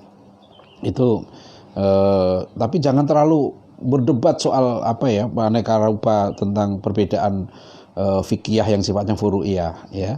Itu cukup pegang satu mazhab cukup ya. Saya ya fikihnya begini, itu mudah. Yang paling berat ya adalah ibadah batin, sholat sebagai ibadah batin, karena di situ untuk kita khusyuk ya itu tidak mudah ya. Bayangkan ya, sahabat Rasulullah Ali karamallahu wajah itu sampai tidak terasa ketika sholat ya, panah dicabut dari tubuhnya, itu begitu khusyuknya, karena sholat ini hubungan langsung kita dengan Allah. Itu mi'rajul mukmin kan, mi'rajnya kita itu adalah dengan sholat itu. Jadi kita harus mempelajari juga filosofinya sholat ya, apa tujuan sholat. Maka kalau kita tarik ke belakang lagi, kita harus memahami tentang Tuhan kita Allah itu, belajar tauhid juga di situ, siapa Allah. Nanti insya Allah akan kita bahas dalam Islamic worldview itu. Nah, dan satu lagi yang penting juga supaya kualitas sholat kita juga meningkat, ya kita harus belajar bahasa Arab supaya kita memahami makna bacaan yang kita baca. Al-Fatihah itu terutama ya, kita baca terus ya, alhamdulillahi rabbil alamin, apa makna segala puji bagi Allah. Itu kalau kita menghayati langsung dari arti bahasa Arabnya, itu semakin kuat ya. Ar-Rahmanir Rahim, Maliki Yaumiddin, coba dalam surat itu, Maliki Yaumiddin, Allah itulah satu-satunya hakim nanti di akhirat, raja di hari pembalasan. Ya bayangkan di akhirat nanti nggak ada raja ya yang lain, nggak ada hakim yang lain, hanya Allah, dan kita akan berdiri di situ untuk mempertanggungjawabkan seluruh amal perbuatan kita. Maka suatu saat Abu Bakar As-Siddiq radhiyallahu anhu, beliau tidak sanggup berdiri, ya, menangis dalam sholatnya itu, karena ketika beliau baca surat Al-Mutaffifin sampai pada ayat yauma yaqumun nasu li rabbil alamin, ya, ketika hari di mana manusia berdiri di hadapan Rabbul Alamin, itu membayangkan itu kan, itu akan semakin khusyuk sholatnya. Ya, tadi pagi biasa di pesantren At-Taqwa ini, kalau hari Jumat imamnya Ustadz Haris Susmana, beliau panjang baca surat Sajdah, ya, surat ke-32 dan surat Al-Insan, dan sampailah pada ayat, ya, bagaimana para penghuni neraka nanti gitu, ya, itu dijebloskan ke neraka, mereka ingin keluar dari neraka, ya, diserok lagi oleh malaikat itu kan, dikembalikan lagi ke dalam neraka itu, dan rasakanlah ini azab yang selalu kamu dustakan, ya. Nah, kalau orang ingat, ya, akhirat, ingat neraka, ya, nggak akanlah berani macam-macam. Jadi itu terkait semua, ya, supaya kualitas sholat kita ini meningkat, ya, kekhusyuan kita meningkat, ya, kita harus memahami berbagai aspek, ya, pemahaman kita tentang Allah, tentang bahasa Arab, ya, makna bacaan-bacaan yang kita baca dalam sholat itu harus semakin kita hayati, ya. Perlu perjuangan yang, ya, sekali lagi gitu, ya, berjuang untuk mengenal Allah itu memang perlu perjuangan. Berjuang masuk surga itu perlu pengorbanan, ya, perlu keseriusan, kesungguhan. Jangan sambilan gitu, ya. Jangan anggap ini perkara kecil, perkara remeh. Orang belajar fisika, kimia, matematika, kedokteran luar biasa, ya, ratusan juta orang mau keluar, ya, tapi untuk belajar bahasa Arab, ya, sambilan, sambil tiduran, ngantuan gitu, ya, itu susah itu kalau begitu, ya. Kita terus maunya masuk surga, ya, terus bikin bikin kata-kata katanya muda foya-foya, tua kaya raya, mati masuk surga. Surganya mbahmu itu enak amat gitu. Ini perlu perjuangan. Sholat bisa khusyuk itu nikmat yang luar biasa. Ya, ini untuk saya lah terutama, ya, supaya semakin meningkatkan kualitas ibadah kita semua. Ya, terima kasih. Ada lagi? Ini Saudara Anggi Wibowo, menyikapi paham humanisme sekuler itu bagaimana, ya, Ustadz? Soalnya ketika seorang muslim sudah terjangkit paham tersebut, konsep amar ma'ruf nahi mungkar tidak berlaku. Terima kasih. Ya, sama, setiap paham, ya, itu kita ibaratkan seperti virus, ya, paham yang merusak seperti virus. Jadi virus itu sebetulnya ada virus batin, ada virus pemikiran, ada virus fisik. Nah, corona ini kan virus fisik, ya, dan kalau kita mau melawan virus, ya, caranya seperti melawan corona itu. Apa caranya? Kenali paham itu, kenali karakteristik dari virusnya itu. Apa itu paham itu? Akarnya di mana? Ya, kalau kita paham kepada humanisme sekuler itu, kita telusuri, ya kan, karakteristiknya seperti apa gitu. Kayak virus corona ini kan dicari betul orang gitu. Itu yang merusak tubuh kita. Ya, sampai kita ketemu, oh begini, ya, karakteristik corona, DNA-nya seperti ini, ya, strain-nya seperti ini. Dari situlah kemudian orang berusaha untuk membuat vaksinnya, kan, membuat serumnya di situ. Nah, ini yang menarik gitu loh.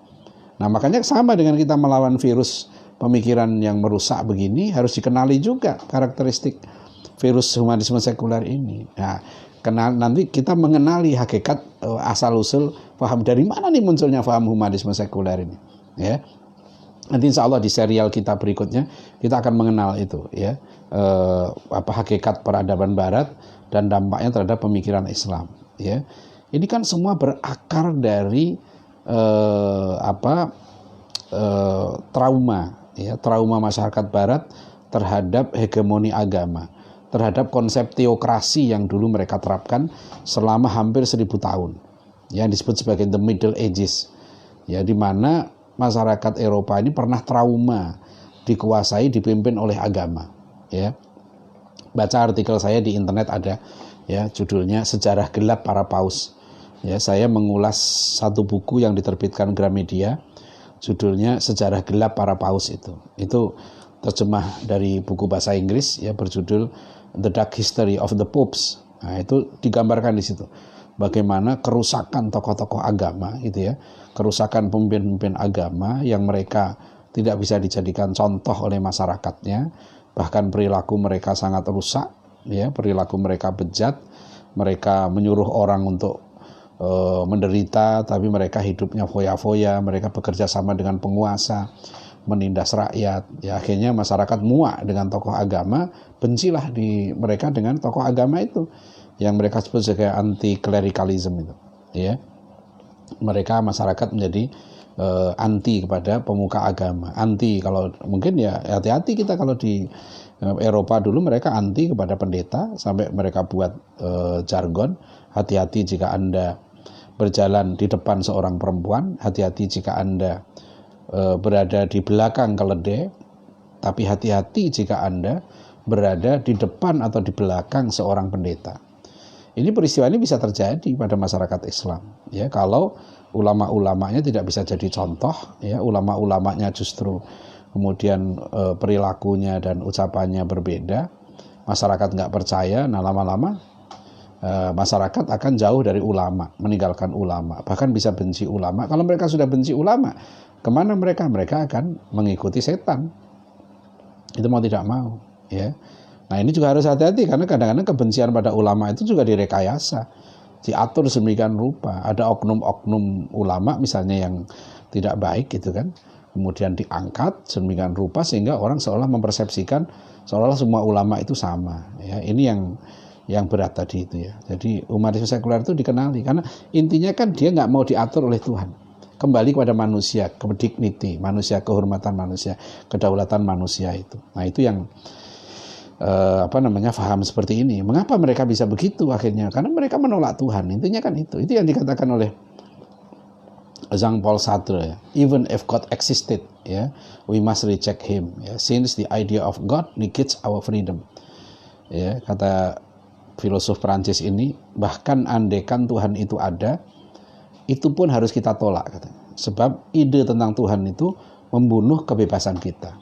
Maka mereka menolak Tuhan. Mereka menolak campur tangan Tuhan dalam seluruh aspek kehidupan, kan gitu. Ya, dalam beragama mereka maunya sendiri gitu kan. Nah, mereka suka-suka lah ke gereja kapan ya, mau nggak ke gereja urusan mereka. Bahkan sekarang dalam survei di Spanyol, kita bisa baca di internet tuh, 72% masyarakat Spanyol dalam seminggu terakhir mereka menyatakan tidak melakukan ritual agama ya. Jadi mereka sudah sangat sekuler ya. Ada yang menyebut juga itu For Will Christian. Ada satu buku yang ditulis oleh seorang pendeta di Indonesia, judulnya Gereja Modern Mau Kemana. Itu menyebut kondisi masyarakat Barat sekarang ini sudah For Will Christian ya, Kristen 4 roda. Maksudnya di buku yang ditulis pendeta ini menggambarkan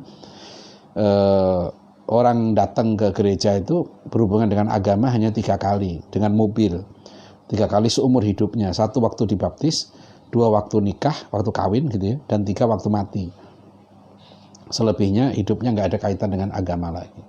Itu humanisme sekuler itu di situ ya. Jadi kemanusiaan, meletakkan manusia semuanya gitu ya, dan akhirnya menolak Tuhan ya. Jadi kalau dulunya teosentris ya, kemudian mereka menganggap ya bukan lagi teosentris ya, tapi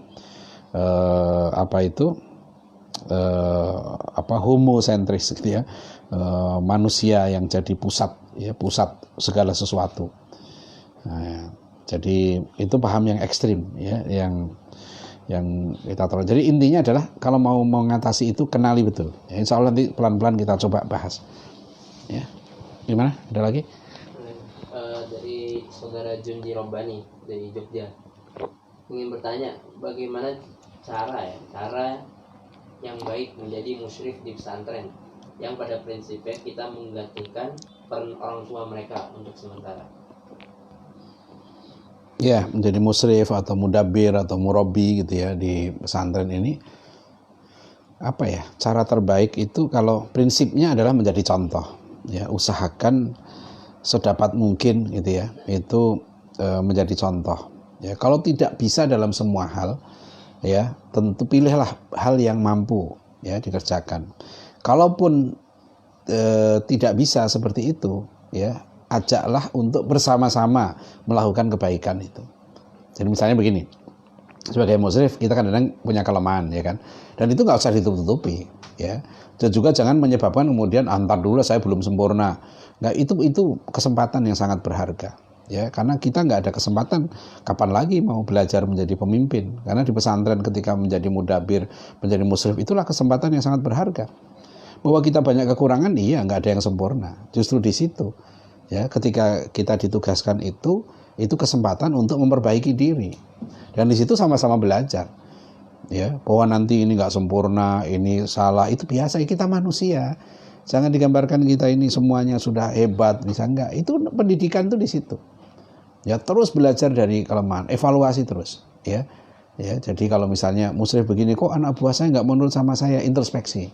Mengapa ya begitu? Coba lagi, ya, berpikir lagi. Kemudian bertanya, berpikir, bertanya, ya. Fas'alu ahla dzikri in kuntum la ta'lamun. Itu bagus nih. Ya, bertanyalah, ya, terus jangan ragu-ragu untuk bertanya.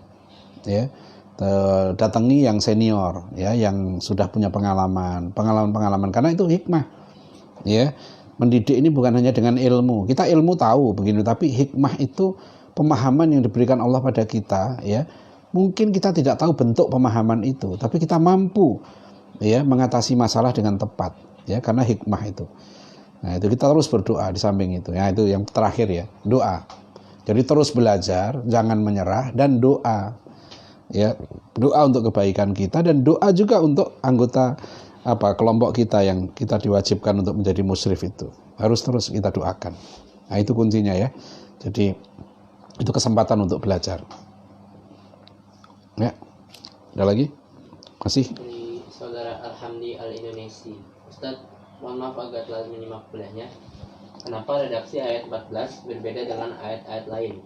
Ayat-ayat lain seperti menggambarkan dialog Luqman dengan anaknya. Namun ayat 14 seperti ada pihak, tanda kutip, lain yang menasehati.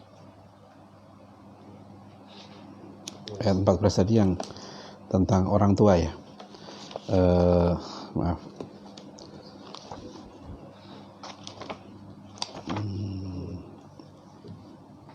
Ya. Wasainal insana biwalidayhi hamalatu ummuhu wahnan ala wahnin. Ah, ini saya tidak bisa jawab, ya. Ini kalau sudah begini nih ahli tafsir tanyanya, ya. Saya mengambil hikmah saja dari tentang pendidikan, ya. Ada teman-teman yang bidangnya tafsir nih, tanya dokter Ustadz Fahmi Salim, ya, Ustadz Bakhtiar Nasir, itu yang bidang tafsir, Dr. Akhzami, ya, dan seterusnya. Jadi saya harus tanya dulu. Pertanyaan ini nggak bisa jawab saya. Terima kasih. Yang lain? Dari saudara Anggi Wibowo lagi. Ustadz, mengapa Buya Hamka mengatakan bahwa orang yang menyatakan semua agama itu sama, ketika itu pula ia tidak beragama? Kemudian jika hal tersebut dihubungkan dengan paham relativisme, bagaimana ya Ustadz? Terima kasih. Ya, ini logikanya sederhana, ya. Kalau orang mengatakan semuanya agama sama, ya kan, itu berarti dia sudah nggak beragama. Dia sama dengan begini, kan. Kalau orang mengatakan, kan agama ini macam-macam, bayangan. Nama agama itu jumlahnya ribuan, ya. Agama Islam, ya kan, menuhankan Allah. Ada agama yang menyembah setan, namanya Satanic Church. Kamu lihat di internet tuh ada. Ada agama yang menyembah Tuhan dengan telanjang. Ada agama yang ritualnya, ya, itu menyembelih perempuan. Kemudian darahnya diminum bersama-sama. Kemudian mereka pesta seks, pesta minuman keras. Ya, molimo itu, Bhairawa Tantra. Ada agama yang mengajarkan memakan daging manusia. Sekarang kemudian orang bilang semua agama sama. Coba masuk akal nggak? Artinya kan orang itu nggak beragama kalau begitu. Kalau dia menyatakan bahwa antara yang tauhid dan yang syirik itu sama, antara iman dan kufur sama, antara jalan yang lurus dan jalan yang sesat itu sama, terus artinya apa itu? Ya kan? Ya, artinya dia nggak punya agama itu, ya kan? Sederhana saja, ya kan? Orang kok agama itu beda-beda kok dibilang sama, kan dia berarti nggak beragama. Jadi luar biasa jawaban Buya Hamka ini, cerdas, ya, sangat logis di situ, ya kan? Kalau orang mengatakan antara polisi dengan maling sama, ya artinya dia menghina polisi, kan gitu, ya kan? Nah, ini penting, ya. Jadi jangan gampang kita mengatakan sama saja, ya, tanpa. Dan orang yang begini biasanya dia tidak belajar tentang agama. Kalau dia paham tentang agama, nggak mungkin dia mau mengatakan begitu. Atau dia memang anti agama, ya. Jadi itu pernyataan yang absurd, ya, senseless, ya, sebenarnya irasional, itu tidak masuk akal, ya. Makasih. Ada satu lagi? Oke. Dari saudara Anugrah Satria Wardani. Bismillah, Afwantas. Terkait hadis yang Ustadz sebutkan perihal mencari ilmu, bagaimana hukumnya perempuan yang mencari ilmu dalam kurung kuliah mahramnya? Ya,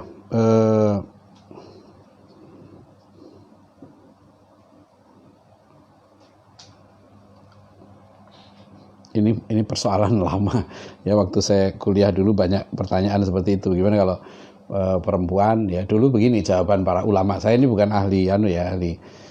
Yang jelas begini, mencari ilmu itu wajib bagi laki-laki dan perempuan, ya. Bahkan kalau perempuan mau ke masjid pun Rasulullah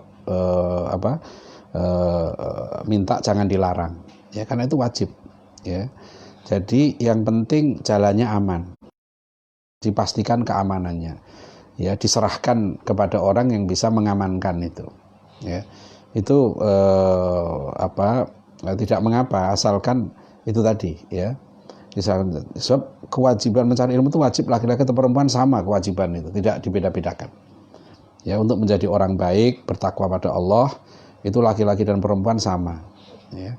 Dan sekarang ini apalagi dengan era sekarang, ya, itu makin banyak, ya, makin banyak sarana untuk bisa dia mencari ilmu, ya kita dengan kuliah. Kan sekarang ini persoalannya, ya, orang unik juga nih, ada fikih medsos, ya. Orang dulu berkholwatnya itu kan fisik, laki perempuan. Nah sekarang ini orang bisa berkholwat melalui medsos, ya. Nah di situ fikihnya itu unik ini sekarang. Ini ada buku yang sedang diedit oleh dosen kita di sini, dosen IT, ya, Dr. Munawar. Itu saya baca isi bukunya sebagian tentang itu, ya. Dulu kan dikhawatirkan perempuan laki berkholwat, ya. Sekarang pas persoalan yang diangkat di situ, berkholwat di medsos boleh nggak, gitu, ya. Nah ini yang cara seperti ini dulu nggak ditemukan ini, ya, zaman kasus yang dulu belum pernah ada. Jadi Allah alam, ya, sementara saya hanya bisa menjawab begitu. Yang penting dipastikan keamanannya. Wali murid itu menyerahkan pada orang yang bisa dipercaya. Ya samalah dengan sekarang perempuan nyantri kan gitu, ya kan, nyari ilmu itu harus dijamin lah keamanannya itu, ya. Makasih. Atau pas, ya, mungkin satu lagi boleh bonus. Ada lagi? Nah coba Dari Abu Abdillah atau Bukhoro dari NTT. Jauh sekali NTT. Saat sekolah Islam makin mahal, kalau bisa beri nasihat untuk pemerintah dari video ini agar pemerintah memperhatikan sekolah-sekolah Islam juga agar tidak terlalu mahal. Tadi udah saya bilang itu nggak mahal, cuma kita nggak bisa bayar, itu masalahnya, ya kan. Ya yang mahal biarin mahal, yang nggak mahal banyak, yang gratis juga banyak. Dan sekolah terbaik itu di rumah, ya. Jadi jangan nanti kita bahas khusus itu, ya, satu tema tentang penyakit sekolahisme ini. Ini karena menganggap bahwa pendidikan itu sama dengan sekolah. Jadi tolong gitu, ya, kita pahami bahwa pendidikan itu tidak sama dengan sekolah. Pendidikan itu adalah aktivitas mencari ilmu. Mencari ilmu itu di mana saja, kepada siapapun. Bahkan mencari ilmu itu adalah kepada guru yang baik, ya. Di mana gurunya, bukan sekolahnya, ya. Pendidikan itu bukan belajar kepada gedung, ya, bukan belajar kepada laboratorium, bukan, belajar pada guru.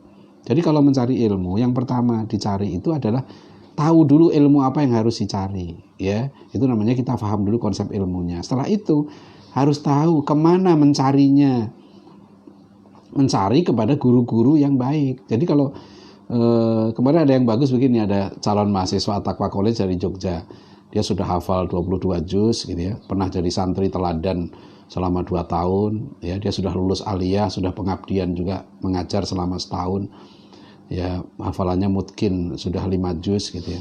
Terus saya tanya, kenapa kamu ke At-Taqwa College? Dia jawabannya jelas, saya mau belajar pemikiran Islam. Nah, terus ya ada 4, ya, alumni pesantren kami ini yang sama-sama pengabdian. Jadi satu katanya dikirim belajar pemikiran Islam ke At-Taqwa College. Satu belajar tentang fikih dan usul fikih ke Mahat Ali An-Nur di Solo. Satu belajar kepada STID Muhammad Natsir. Satu lagi belajar tentang sanad Al-Quran ke satu pesantren gitu. Jadi orang sudah tahu tujuannya. Ya, kalau mau belajar ini ke sini gitu ya. Saya sering ngajarin, kalau Anda mau belajar filsafat Islam, saya bilang, belajarlah sama Dr. Hamid Fahmi Zarkasi. Ya, kalau Anda mau belajar tentang filsafat Islam, pemikiran orientalisme dan segala macam, belajarlah sama Dr. Samsudin Arif. Jadi kita ini ada ya cendekiawan kita, ulama-ulama kita yang spesifik di situ. Misalnya kalau kita belajar usul fikih gitu, kalau belajar usul fikih gitu ya, saya undang misalnya Ustadz Ahmad Sarwat gitu kan, karena beliau ahlinya di At-Taqwa College begitu. Kita belajar hadis sama Dr. Zahrul Fatah.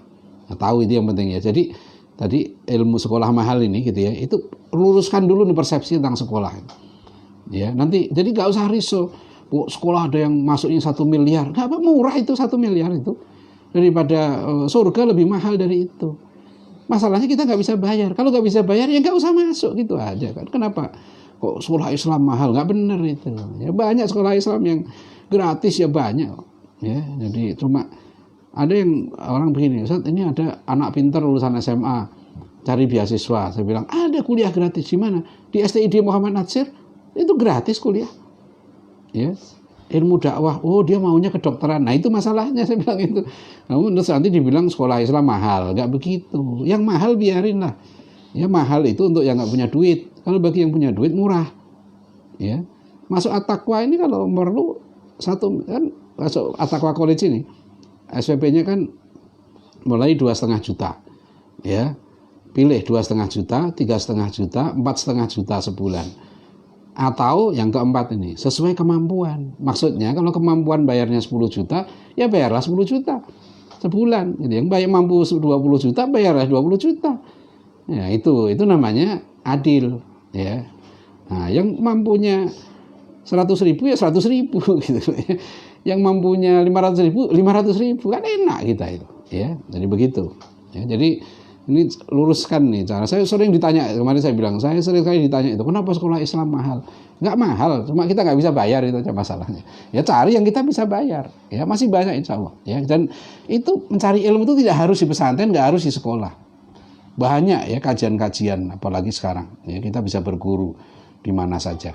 Ya asal tahu apa itu hakikat mencari ilmu dan kepada siapa kita harus mencari ilmu. Demikian Bapak Ibu Saudara sekalian, ya ini alhamdulillah kita menyelesaikan seri kuliah yang keempat. Nanti jam 9 pagi ya, 2 jam lagi insya Allah kita akan masuk ke sesi berikutnya ya, seri yang kelima ya berarti ya, nanti materi yang kelima insya Allah. Ya mudah-mudahan kita semua tetap diberi kesehatan Allah SWT. Bila taufik wal hidayah. Assalamualaikum warahmatullahi wabarakatuh.